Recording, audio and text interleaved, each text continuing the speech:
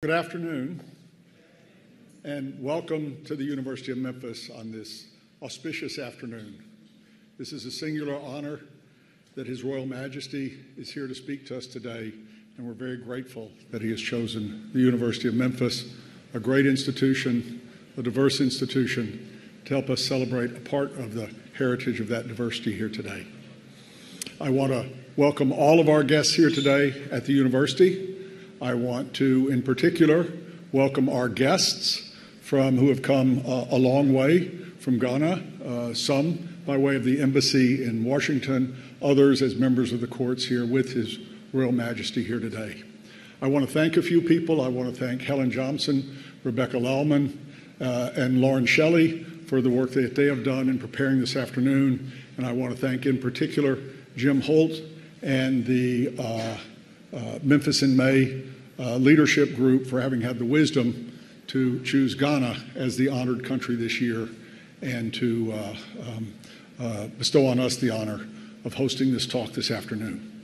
So on behalf of President Hardgrave, who already had a commitment for today, I want to welcome all of you very cordially and warmly to the University of Memphis. His Royal Majesty, Otumfuo Osei Tutu II, is the 16th Asantehene King of the Asante. He ascended the Golden Stool on 26 April 1999. He is a direct descendant of the founder of the Asante Kingdom, Osei Tutu I. Born on May 6, 1950, named Barima Kwaku Dua, Otumfuo Osei Tutu II is the youngest of 5 children of Nana Afua Kobi Serwa Ampem II, Asantehene, Queen Mother of Asante, who reigned from 1977 to 2016.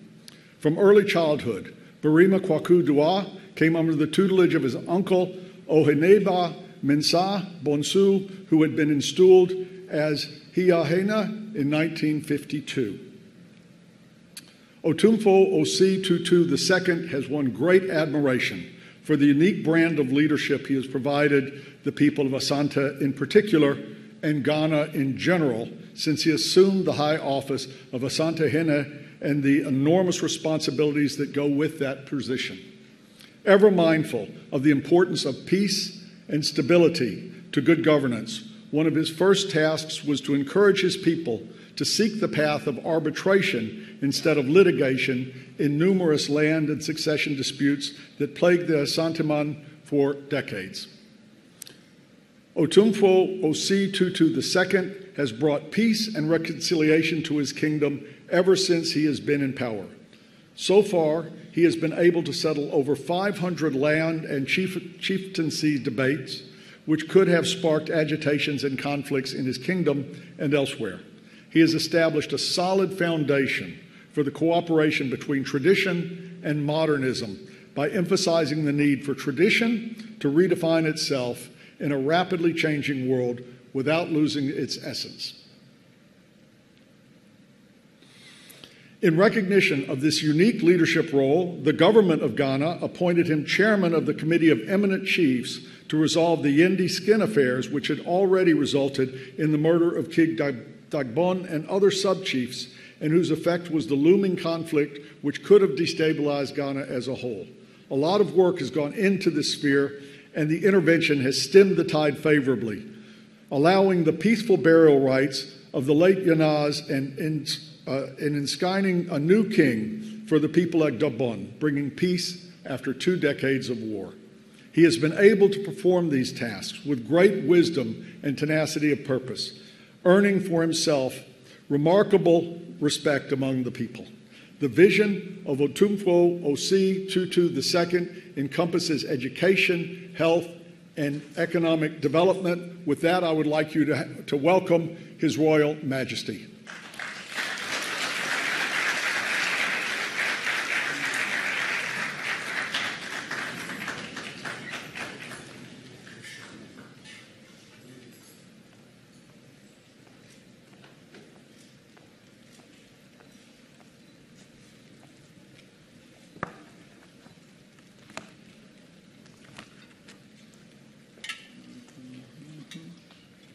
sit down.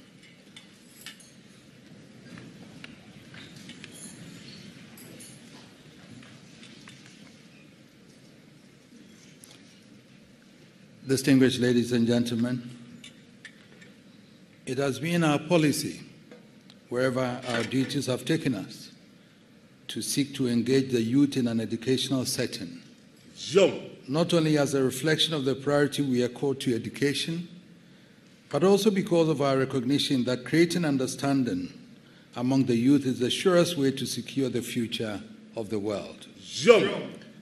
The citizens of Memphis can be proud of their city for its foresight in the world.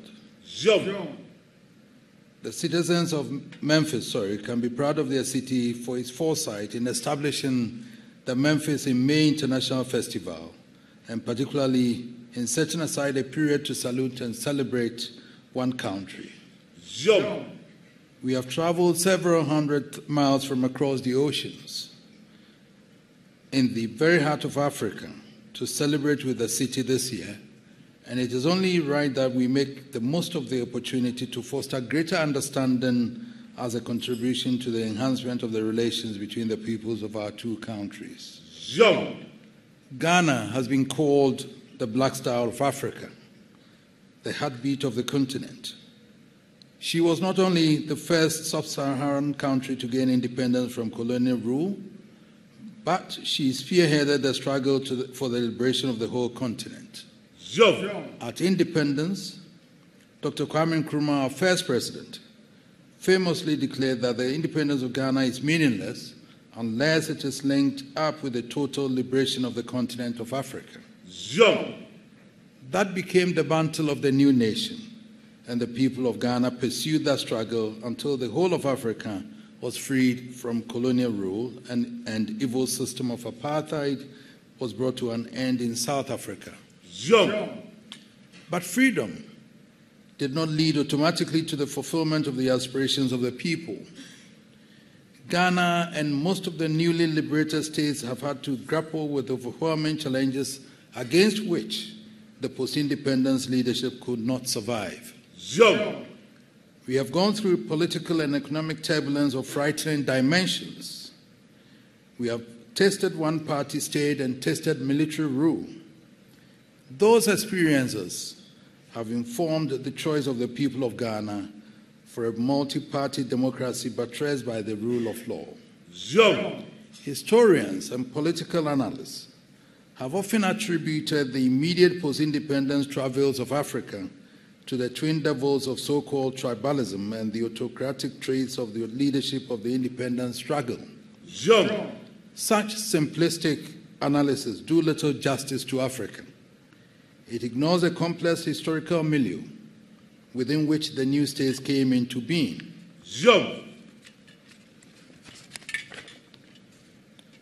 Colonial rule in Africa has been carried out through a policy of indirect rule by which much of the local administration was left in the hands of traditional rulers. Why would they do that? The only reason they would do so would be that they found the traditional system of governance they met to be efficient and effective. The Gold Coast, for example, became known within the British colonial administration as a model colony. That was not because the British were managing the Gold Coast any differently. It was because the system of traditional administration on which they were relying was a model of efficiency. But the effect of this clever policy was to hound Ghana and many African countries as they regained their independence. It sowed the seed of mistrust between the nascent political class and their traditional leaders who were mistakenly linked with the colonial authorities. This mistrust played out in the constitutional arrangements for the new states, with scant attention paid to the role of the traditional system in the new governance structure. As a result, the constitutions adopted for much of the continent were riddled with fault lines, fertile to the national cohesion and stability.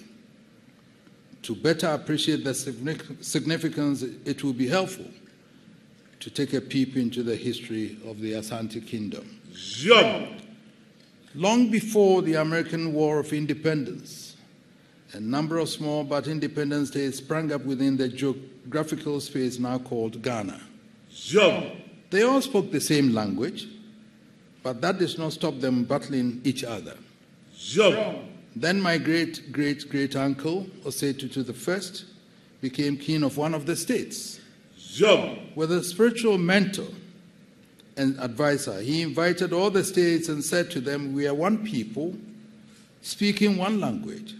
Why should we continue to exist as little states, sometimes squabbling among ourselves and battling against other states, when we can unite and create one powerful kingdom against which no one or no other force can stand?" He held before them the vision of one kingdom able to defend itself against all others and capable of expanding and trading with all nations to bring prosperity to their people. The states bought into the remarkable vision and gave their unanimous consent to constitute themselves into a new federal union called Asante. They consecrated their decision with the golden stool, which has become the sacred bond of the kingdom. As envisioned by Osetutu and Okomfo-Anokye, the kingdom grew to become one of Africa's great warrior kingdoms. Neither Osetutu I nor Okomfo-Anokye had ever stepped into a classroom. If those circumstances had been different, the world would perhaps be studying their thoughts and works with the same zeal with which we study the Federalist Papers.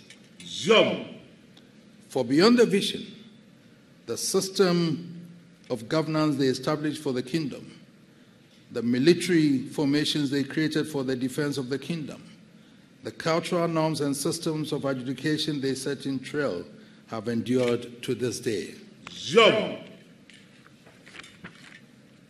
If indeed civilization is reflected in the creativity and artistry of our people, nothing could better attest to the place of Asante culture than the manner in which our chiefs are adorned in office. Asante gold nuggets reflect the creativity of our artisans. The hand-woven kente and adikra symbols show the range and breadth of the artistic minds of our people. The world is just emerging from the worst pandemic in history, and we have one thing to thank for the rescue. It is vaccination. It is vaccination which has given mankind the protection from COVID virus. It is vaccination that has saved and protected the world from previous viruses. We are boundless in our gratitude to the scientists who pioneered the use of vaccines, and particularly those who, in the face of COVID-19, produced a vaccine in such record time. What no one has acknowledged or articulated is that long before the scientists discovered vaccination, our people were using simple incisions to apply herbs to boost the immunity of our people against various diseases. The Asante Kingdom expanded to the point where, as its peak, it covered an area stretching all the way to the Republic of Benin. Some of our people have migrated to Ivory Coast and now constitute about a quarter of the country's population. That group produced the great man acknowledged as the father of the modern Ivory Coast, Felix Houphouët-Boigny, and another former President Konan Bedie. It is not difficult to appreciate why it should have been of strategic importance to the colonial powers seeking to control Africa to try to subdue our kingdom. But we successfully fought them and attempts at colonial conquest and remained fiercely independent until the beginning of the last century, when King Prempeh I was taken into exile and Asante agreed to be integrated into the Gold Coast under British rule. We have been resolute and true to our integration into the new nation state, which is now the Republic of Ghana, and have been unflinching in our determination to ensure its continuing prosperity. The natural resources of our lands, in gold and timber, and the individual energy and drive of our people as they applied themselves to cocoa farming have been at the forefront of the economic development of the nation. During the Second World War, Asante bought 2 aircrafts for Britain in support of the Empire war effort. And yet, The onset of independence ignited tensions between Asante and the leadership of the independence movement. For while they were as eager as any to welcome the dawn of freedom from foreign rule, the history and traditions of Asante obliged them to be more concerned about the institutional structure of the new state. The Asantes had always been absolutely loyal to their king, as the British realized when King Prempeh was first detained. Wherever he was kept within the Gold Coast of West Africa, his people were prepared to work to try and rescue him. Eventually, they had to send him across the oceans to the island of Seychelles, because they knew my people couldn't swim. Even then, the people waited for all the 25 years he was in exile until the British allowed him to return to Kumasi before they formally committed their loyalty to the Gold Coast. Beside their loyalty to their king, Asantes had implicit faith in the traditional governance system, and the British, as already noted, had been careful not to disavow their administration. It will be obvious, therefore, that the role and place of traditional authority in the new state will be of critical concern to Asante, more so perhaps than other areas of the Gold Coast. On the other hand, the new political leadership were fearful that the unity of the new nation could be compromised by any restoration of traditional authority. Sadly, the political tug of war so poisoned the atmosphere that the space for a rational compromise was lost. The independence constitution that emerged was obviously riddled with fault lines which were to prove fertile. The effect has been tragic for Ghana and Africa. But we have learned the right lessons, and it has led Ghana to commit herself irrevocably to a democratic system of governance with an elected executive exercising the powers of state, an elected parliament which exercises the power to enact laws for the state, and an independent judiciary which exercises independent judiciary oversight over the actions and affairs of the nation. We have a vibrant media to hold authority to account. But the lessons of the past also tell us that democracy is not all about the ballot box alone, and secondly, that no system of governance will survive in Africa unless it is deeply rooted in and nourished by the culture of the people. Conditioned by these lessons, Ghana is evolving a happy convergence between the traditional authority giving the state its cultural roots and the essential strictures of the modern democratic state. It is still work in progress, but we are happy and proud of the acknowledgement, both nationally and internationally, of the traditional ruler's role as the critical support mechanism for the sustenance of the democratic order. As you may know too well, the adversarial nature of democratic politics has the tendency to raise tensions among political combatants, and in relatively fragile environments, this can often tip over the edge. What we have done is to place our chiefs as fathers of the communities above the combative political space, positioned to play the role of arbiters in conflict situations.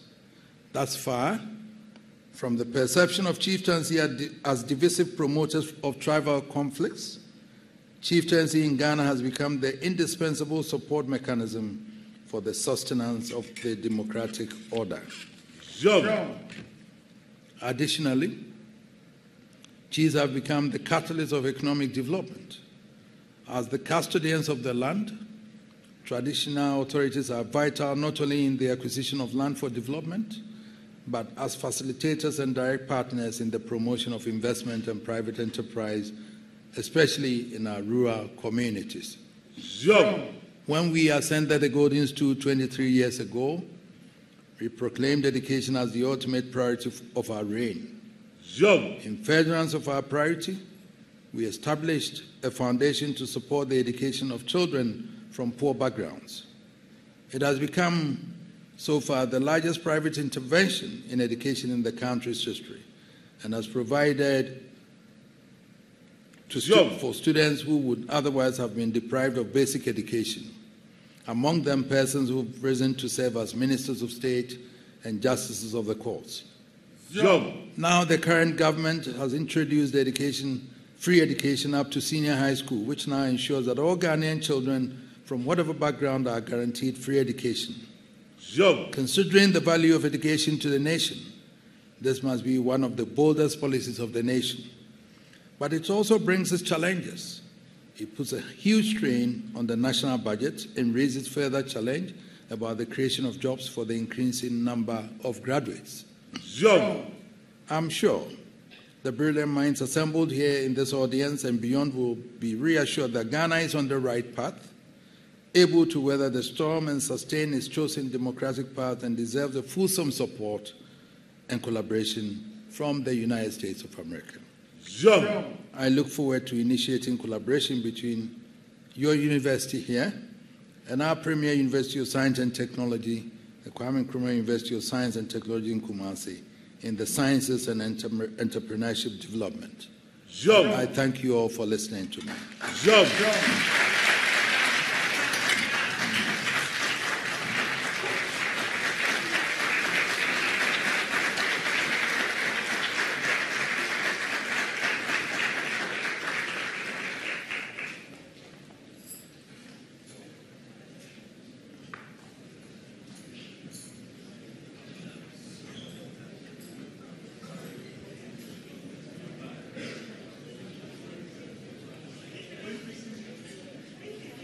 Please be seated.